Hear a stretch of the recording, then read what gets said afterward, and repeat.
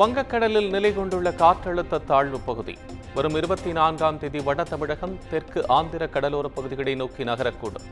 வானிலை ஆய்வு மையம் தகவல்.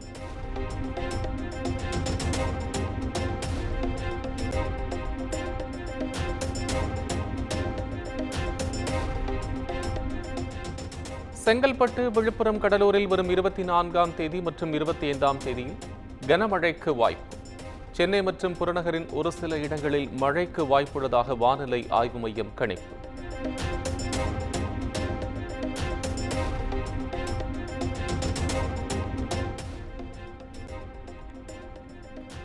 (2026) சட்டப்பேரவைத் தேர்தலில் வெற்றி பெற்று 7வது முறையாக திமுக ஆட்சி அமைக்க வேண்டும் என்பதே இலக்கு. திமுக கூட்டணி 200 தொகுதிகளில் வெற்றி பெற்று வரலாற்று சாதனையை படைக்கும். செயற்குழு கூட்டத்தில் திமுக தலைவர் மு.க. ஸ்டாலின் பேச்சு.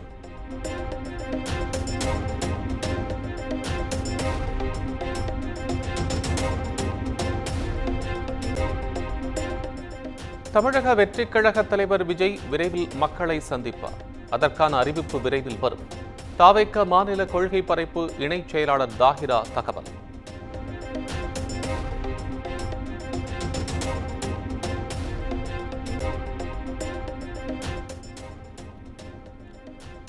குடியரசு தின விழா அணிவகுப்பில் தமிழக அரசின் அலங்கார ஊர்தி நிராகரிப்பு என்பது வதந்தி. பல்வேறு தரப்பினர் குற்றம் சாட்டி வரும் நிலையில் உண்மை சரிபார்ப்பு குழு விளக்கம்.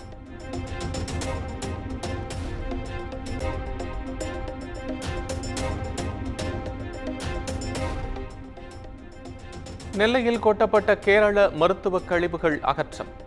18 லாரிகளில் எடுத்துச் செல்லப்பட்ட நிலையில் எஞ்சிய கழிவுகள் இன்று நண்பகலுக்குள் அகற்றப்படும் என தகவல்.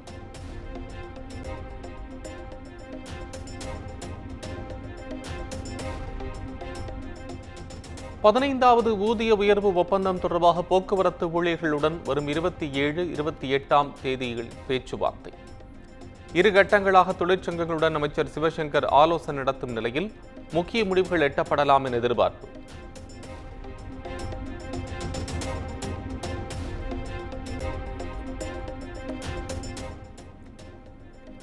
அரசு பேருந்து ஓட்டுநர்கள் பணியின் போது செல்போன் பயன்படுத்தினால் சஸ்பெண்ட். அனைத்து மண்டல அதிகாரிகளுக்கும் போக்குவரத்து துறை அதிரடி உத்தரவு.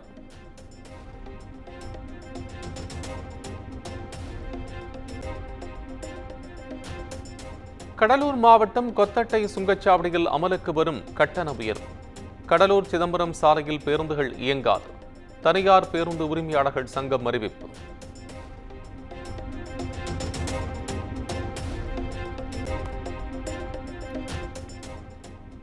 சென்னை டிபி சத்திரத்தில் வீட்டு உரிமையாளருடன் ஏற்பட்ட பிரச்சனையில் வாகனங்களுக்கு தீ வைத்த வாடகைதாரர். 4 வாகனங்கள் தீக்கிரையாகிய நிலையில் சிசிடிவி காட்சிகள் வெளியாகி பரபரப்பு.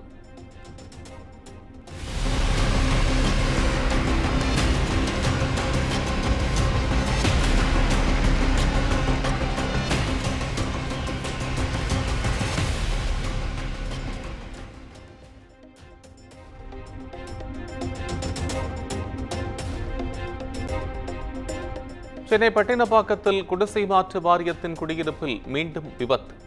பால்கனி இடிந்து விழுந்ததில் காயமடைந்த நபர் மருத்துவமனையில் அனுமதி.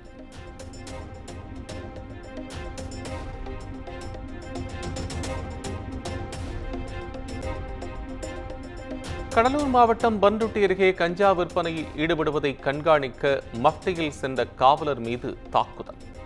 ஒருவரை கைது செய்து நெல்லிக்குப்பம் போலீசார் விசாரணை.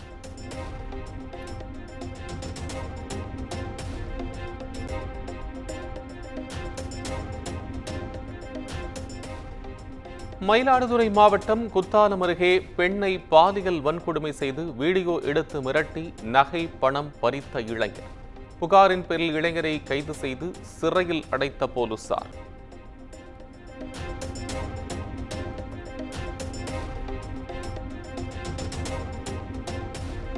திருவண்ணாமலையில் 25 கோடி ரூபாய் மதிப்பிலான நவபாஷான முருகர் சிலை, யானை தந்தத்தால் செய்யப்பட்ட கிருஷ்ணர் சிலை பறிமுதல். சிலை கடத்தலில் ஈடுபட்ட 2 பிடித்து வனத்துறையிடம் ஒப்படைப்பு.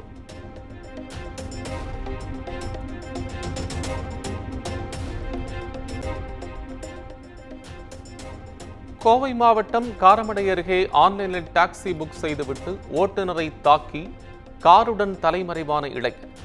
சிசிடிவி காட்சிகளை கொண்டு மேட்டுப்பாளையம் அருகே பதுங்கியிருந்த இளைஞரை கைது செய்த போலீசார்.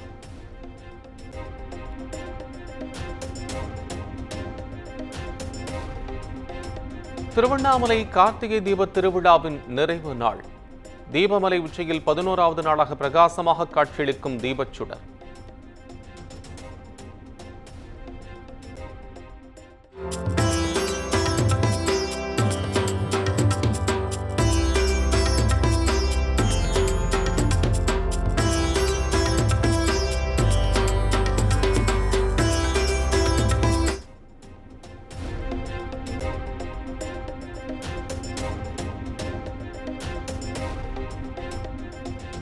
குவைத் இந்தியா இடையே பல்வேறு துறைகள் சார்பில் ஒப்பந்தங்கள் கையெழுத்து. பிரதமர் மோடி மற்றும் குவைத் மன்னர் முன்னிலையில் பரிமாறிக்கொள்ளப்பட்ட ஒப்பந்தங்கள்.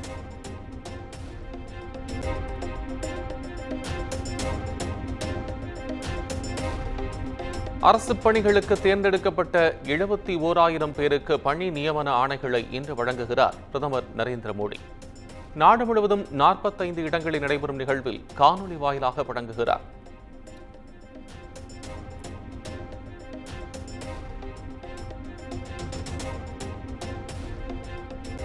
உத்தரப்பிரதேச மாநிலம் பிரயாக்ராஜில் முழுவீச்சில் நடைபெற்று வரும் மகா கும்பமேளாவுக்கான ஏற்பாடுகள்.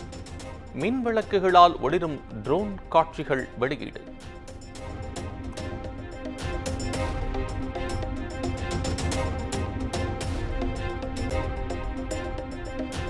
PSLV C-60 ராக்கெட் வரும் 30ஆம் தேதி விண்ணில் செலுத்தப்படும். இஸ்ரோ அறிவிப்பு.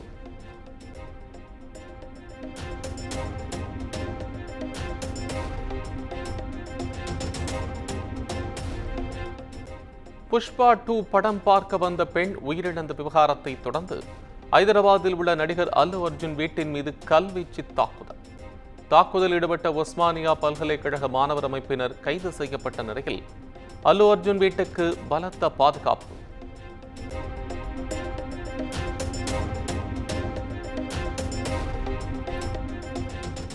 அல்லு அர்ஜுன் வீட்டின் மீது கல்வீச்சு தாக்குதல் நடத்தப்பட்ட விவகாரம்.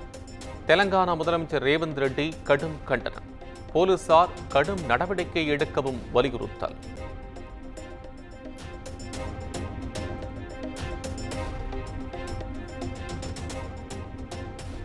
தெற்கு பசிபிக் பெருங்கடலில் உள்ள வனாட்டு தீவில் மீண்டும் ஏற்பட்ட நிலநடுக்கம். 4 நாட்களுக்கு முன்பு ஏற்பட்ட நிலநடுக்கத்தில் 12 பேர் உயிரிழந்த நிலையில் மீண்டும் நிலநடுக்கம் ஏற்பட்டதால் மக்கள் அச்சம்.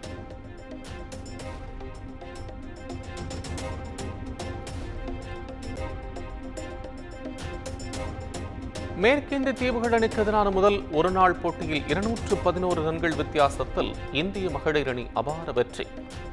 3 போட்டிகள் கொண்ட தொடரில் 1-0 என்ற கணக்கில் இந்தியா முன்னிலை.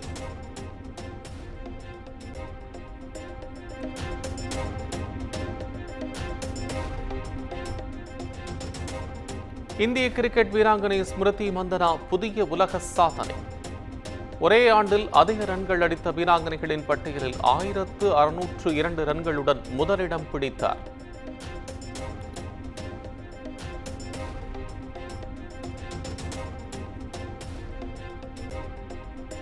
பெங்களூரு அணிக்கு எதிரான ப்ரோ கபடி லீக் போட்டி 42-32 என்ற புள்ளி கணக்கில் தமிழ் தடிவாஸ் அணி அபார வெற்றி.